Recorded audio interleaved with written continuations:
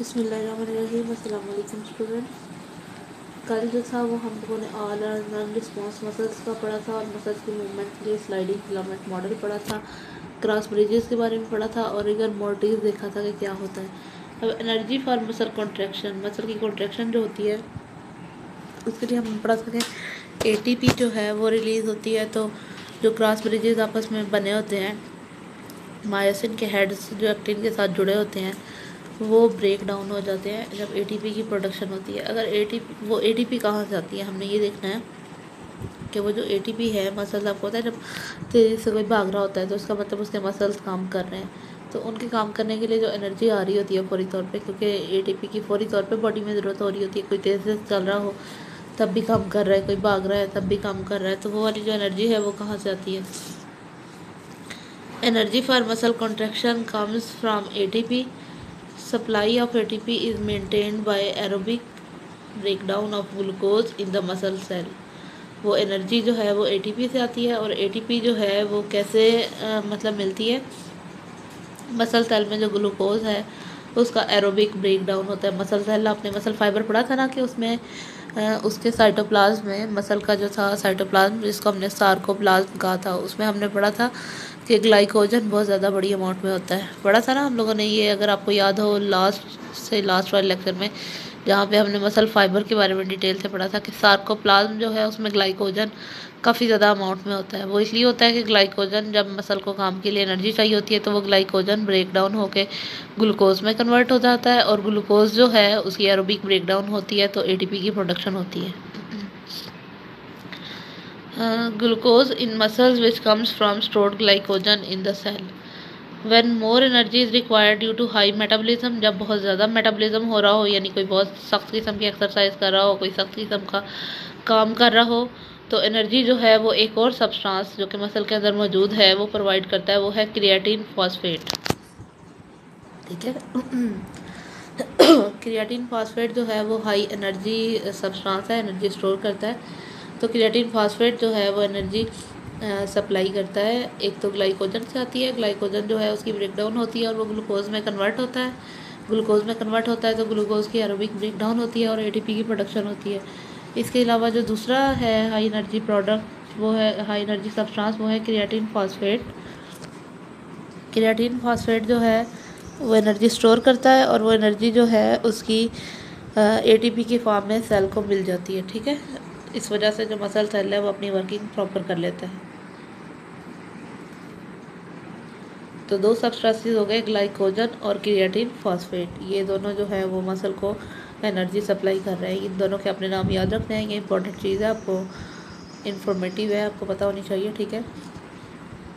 Sometimes during oxygen deficiency, जब oxygen ना हो, ऑक्सीजन की कमी हो, यानी अगर बहुत तेज़ी से कोई मसल काम कर रहा है, जैसे कोई भागता जा रहा है। अच्छा, एक और चीज़ मैं आपको बताऊँ, जब कोई भागता जा रहा हो बहुत तेज़ी से या कोई बहुत सख्त किस्म का काम कर रहा हो तो जो ग्लूकोज है उसका मुकम्मल ब्रेक डाउन नहीं होता उसमें एटीपी में। ठीक है, क्योंकि ऑक्सीजन की उस टाइम इतनी ज़्यादा प्रॉपर ऑक्सीजन नहीं होती कि वो फौरी तौर पे जो ग्लूकोज है उसका कंप्लीट ब्रेक डाउन करे, बल्कि ग्लूकोज जो है वो लैक्टिक एसिड में कन्वर्ट होना शुरू हो जाता है।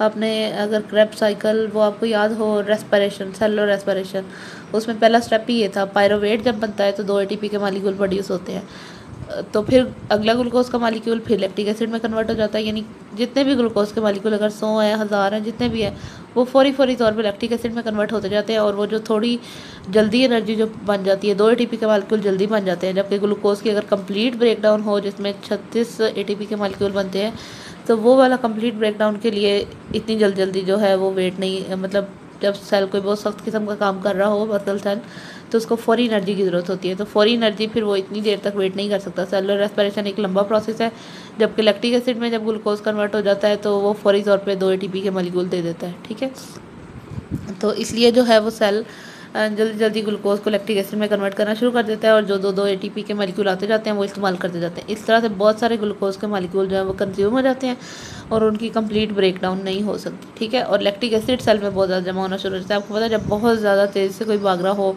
या बहुत सख्त काम कर रहे हो तो थकावट सी महसूस होना शुरू हो जाती है कुछ टाइम बाद, बहुत ज़्यादा देर तक वो सख्त काम जो है वो नहीं हो सकता। वो इस वजह से है कि लैक्टिक एसिड बहुत ज़्यादा बॉडी में उस टाइम जमा हो जाता है। ठीक है, लैक्टिक एसिड के बहुत ज़्यादा होने से lactic acid muscle fatigue cause करता है, मसल को थका देता है, मसल की थकावट वाली कंडीशन जो है वो क्रिएट करता है। तो वो जो लैक्टिक एसिड है फिर इंसान जो है वो रुक जाता है काम करने से, वो सख्त किस्म का थोड़ी रेस्ट करता है।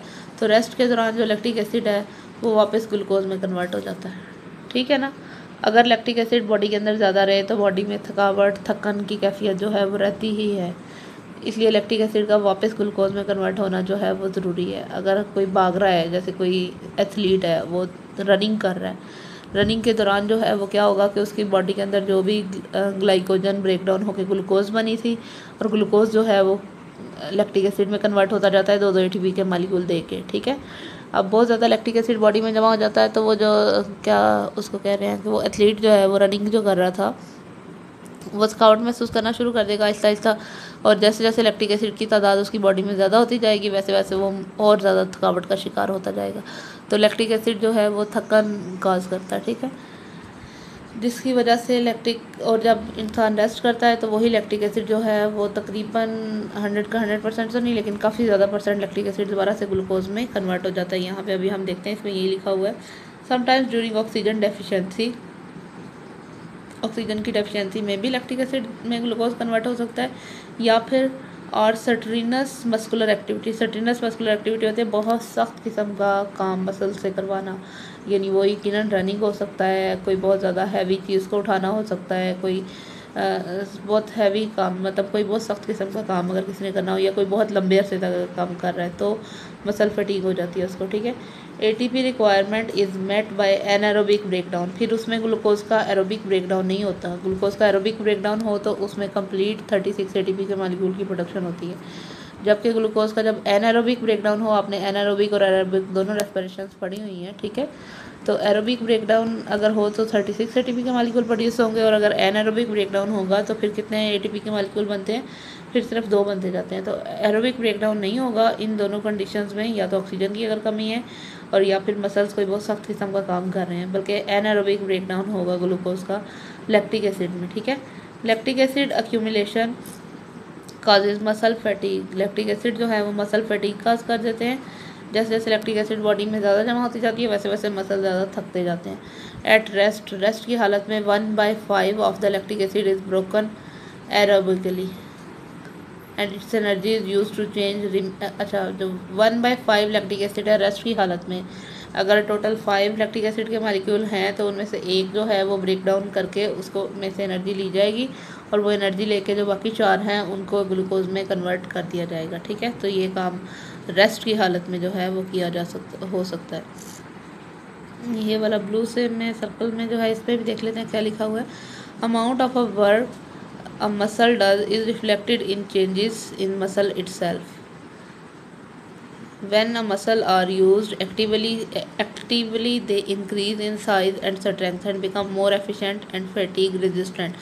यानी जैसे जैसे हम काम नहीं करेंगे, रेस्ट की हालत में रहेंगे, वैसे वैसे ज़्यादा थकावट का बॉडी शिकार होगी। जैसे जैसे वो कह रहे हैं कोई मसल काम करता है वैसे वैसे वो फटीग रेजिस्टेंट होता जाता है, यानी उतना ही वो कम थकता है, ठीक है ना। आज अगर हम लोग 15 मिनट खेल के थक गए हैं तो कल हम लोग 20 मिनट खेल लेंगे, उससे अगले दिन 25 मिनट, आहिस्ता आहिस्ता वो 15 मिनट से तो बिल्कुल थकावट होना ख़त्म हो जाएगी, ठीक है ना।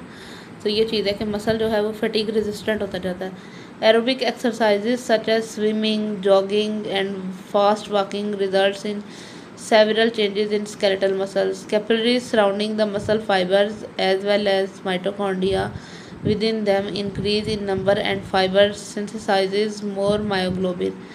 These changes result in more efficient muscle metabolism, ठीक है, यानी मसल को जितना यूटिलाइज करेंगे उतना उतना मसल की कैपेसिटी जो है वो काम करने की इंक्रीज होती जाएगी। अब मसल फटीग पढ़ लेते हैं। मसल फटीग भी हमने पढ़ा है कि उसमें लैक्टिक एसिड की वजह से जो है वो मसल फटीग काज हो रही है। Muscle fatigue is a state of physiological inability to contract. ये मसल फटीग की एक किस्म की डेफिनेशन है कि मसल फटीग एक ऐसी कंडीशन है जिसमें मसल की जो इनएबिलिटी है मसल की कॉन्ट्रैक्ट करने में, ठीक है। मसल उस टाइम इतना ज़्यादा थक चुका होता है कि वो मज़ीद, आपने देखा होगा जब बहुत ज़्यादा देर तक भागते रहें तो इतनी ज़्यादा ऐसी कंडीशन आ जाती है कैसे लगता है कि अब हम अपनी टांग को उठा नहीं सकते ऊपर को, ठीक है ना।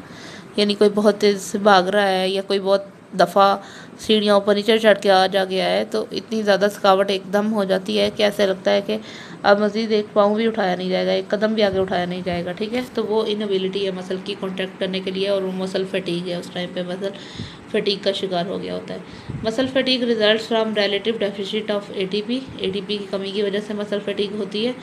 When no ATP is available, contractures or states of continuous contraction results because the cross bridges are unable to detach। अगर एटीपी ना हो तो फिर वो क्या कहते हैं कि कंटिन्यूस कॉन्ट्रैक्शन हो जाता है, ठीक है। एटीपी का मिलना बहुत ज़रूरी है। सेल को अगर एटीपी की भी कमी हो जाती है तो क्रॉस ब्रिजेस सबको पता है बंधे होते हैं और बंधे ही रहते हैं, अलग नहीं हो पाते। तो मसल सेल कॉन्ट्रैक्ट रहते हैं। Excess accumulation of lactic acid and ionic imbalance, ये दो चीज़ें हैं जो मसल फटीग काज कर रही हैं। एक तो एक्सेस लैक्टिक एसिड अगर मसल्स में जमा हो गई है, ठीक है, मसल सेल्स में जमा हो गई है, या फिर जो है वो आयनिक इम्बैलेंस हो गया है, तो ये दोनों कंडीशंस मसल फटीग काज करेंगी। Lactic acid which causes muscle pH to drop, lactic acid जो है वो मसल की पीएच को कम कर देता है। एंड मसल टू एक का मतलब दर्द, और मसल में दर्द काज कर देता है। Causes extreme fatigue by breaking glucose, ठीक है। लैक्टिक एसिड जो है वो एक्सट्रीम फटीग काज कर देता है क्योंकि उससे मसल की पीएच कम हो जाती है और मसल में दर्द महसूस होती है। तो ये मसल फटीग थी। अब है tetani is a disease caused by low calcium in blood. अगर ब्लड में लो कैल्शियम हो जाए तो टेटनी की डिजीज़ काज हो जाती है। It increases the excitability of neurons and results in loss of sensation. इसकी वजह से न्यूरॉन्स एक्साइटेबिलिटी हो जाती है, ठीक है, और सेंसेशन लॉस हो जाती है टेटनी की कंडीशन में। मसल ट्विचेस एंड कन्वल्जन्स, दौरे पड़ने वाली कैफियत जो है वो होती है टेटनी में। If untreated the system progresses to spasm of larynx जो है वो भी एक किस्म का मुड़ जाता है, उल्टा पुल्टा ख़राब सा हो जाता है, ठीक है। उसमें मुश्किल आ जाती है। रेस्पिरेटरी पैरालिसिस, रेस्पिरेटरी सांस लेने में, रेस्पिरेटरी पैरालिसिस ऐसी कंडीशन है जिसमें मतलब सांस नहीं ले पाता, ठीक है। एंड अल्टीमेटली डेथ अकर। तो इतनी शदीद अगर ब्लड में कैल्शियम की कमी हो गई है तो टेटनी की कंडीशन हो गई, और ये इतनी ख़तरनाक और सीवियर कंडीशन है, ठीक है। इसमें आपने देखा है कि क्या क्या होते हैं, मसल मुड़ जाते हैं, कहीं से भी मसल ट्विचेस होते हैं, कहीं से भी आपने देखा होगा कि अक्सर कभी चलते चलते कोई मसल मुड़ गया है कोई, और वहीं से ही पाँव या टांग या बाजू जहाँ से भी वो मसल ट्विचेस हुए हैं वो टेढ़े हो गए हैं, ठीक है। तो कैल्शियम जो है उसकी कमी नहीं होने देनी चाहिए ब्लड में, कैल्शियम की कमी बहुत डेंजरस होती है, ठीक है। क्रैम्प जो है ये क्या चीज़ है? It is also known as tetanic contraction of entire muscle.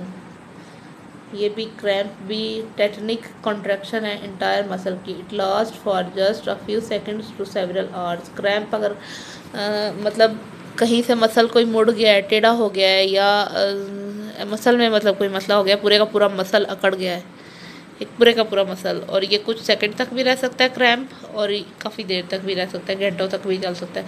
Causing muscle to become taut and painful, इससे मसल में बहुत ज़्यादा तकलीफ होती है। क्रैम्प शायद कभी आप लोगों ने इस कंडीशन को फील किया हो, ये भी कैल्शियम की कमी की वजह से होता है। टेटनिक क्रैम्प है ये, ठीक है। It is common in thigh and hip muscle. Thigh और हिप के मसल जो हैं उनमें मोस्टली ये होता है कि उनमें मसल में अकड़ा हुआ जाता है, और वो जैसे गुच्छा टाइप चीज़ जो बन जाती है जिसको कहते हैं पता नहीं क्या के, वो वाली कंडीशन जो है वो होती है, ठीक है। हाँ, it usually occur at night और आफ्टर एक्सरसाइज। जब बहुत ज़्यादा एक्सरसाइज की हो तब कोई मसल इस तरह से हो जाता है, या फिर रात के वक्त भी ये हो जाता है। अक्सर सोए सोए उठते हैं तो जब खड़ा नहीं हो जाता, टांग नहीं नीचे रखी जाती, कहीं ना कहीं से मसल में क्रैम्प हो गया होता है, ठीक है। It reflects low blood sugar level, blood का शुगर लेवल लो होता है उसमें। इलेक्ट्रोलाइट डिप्लीशन, इलेक्ट्रोलाइट की कमी हो जाती है उसमें। Dehydration, irritability of spinal cord and neurons. Spinal cord के न्यूरॉन जो हैं उनमें डिहाइड्रेशन की इरिटेबिलिटी हो जाती है, ठीक है। तो ये वाली कंडीशन है क्रैम्प और टेटनी, ये सारी मसल से रिलेटेड प्रॉब्लम्स थी, ठीक है। एक तो मसल फटीग हो गई और दूसरा ये वाली कंडीशन हो गई। तो आज का लेसन हम यहीं से ख़त्म करते हैं स्टूडेंट्स, आप लोगों ने इसको अच्छी तरह से तैयार कर लेना है। नेक्स्ट का लेसन जो है वो हम अगले वाला स्टार्ट करेंगे, वो नेक्स्ट टॉपिक स्टार्ट हो जाता है, ये आपने अच्छी तरह से स्टूडेंट्स को तैयार करना है।